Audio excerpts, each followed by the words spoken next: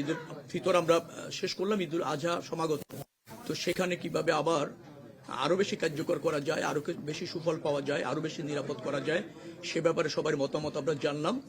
আমরা অনেকগুলি পরামর্শ গ্রহণ করেছি, সেগুলি আগামীতে আবার কার্যকর হবে, সেই ব্যাপারেই আমরা আজকে এই মিটিংটা করেছিলাম। বেশ কিছু সিদ্ধান্ত আমরা ইতিমধ্যে নিয়েছি, যেমন হাইওয়ে পুলিশ আরো বেশি তৎপর থাকবে, যাতে হাইওয়েতে কোনো অবস্থাতে কোনো অস্থায়ী বাজার বসতে না পারে। আমরা গতবার সিদ্ধান্ত নিয়েছিলাম ট্রাক, লরি এবং কাভার্ড ভ্যান ঈদের আগে 3 দিন এবং ঈদের পরে 3 দিন রাস্তায় চলবে না, কিন্তু আমরা দেখতে পেয়েছি যে ট্রাকগুলি এসেছে, নিয়ন্ত্রণ করা যায়নি, যার ফলে কিছুটা হলেও ঢাকা যমুনার যে ব্রিজ সেখানে একটু যানজট হয়েছিল, স্থবির হয়নি, যান চলাচল অব্যাহত ছিল। অন্যান্য হাইওয়ে ধরুন ঢাকা খুলনা, ঢাকা চিটাগাং, ঢাকা বরিশাল, ঢাকা আরিচা, এই ওয়েগুলি বেশ স্মুথলি গাড়ি গিয়েছে।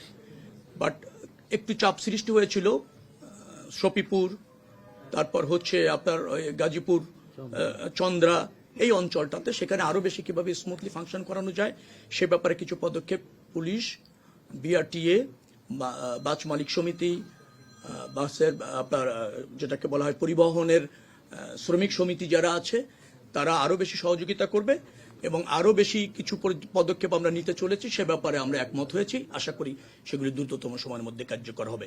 যেমন ধরুন বাস স্ট্যান্ডগুলিতে যে কাজ আছে, সেখানে মালিক সমিতি বেশ তৎপর থেকে নির্ধারিত ভাড়া যাত্রীদেরকে টিকিট দিতে সক্ষম হয়েছে, কিন্তু যত্রতত্র পথে যেগুলি আছেন, অস্থায়ীভাবে আছেন, সেখানে কোনো কোনো জায়গায় অনেক সময় নিয়ন্ত্রণ করা যায়নি।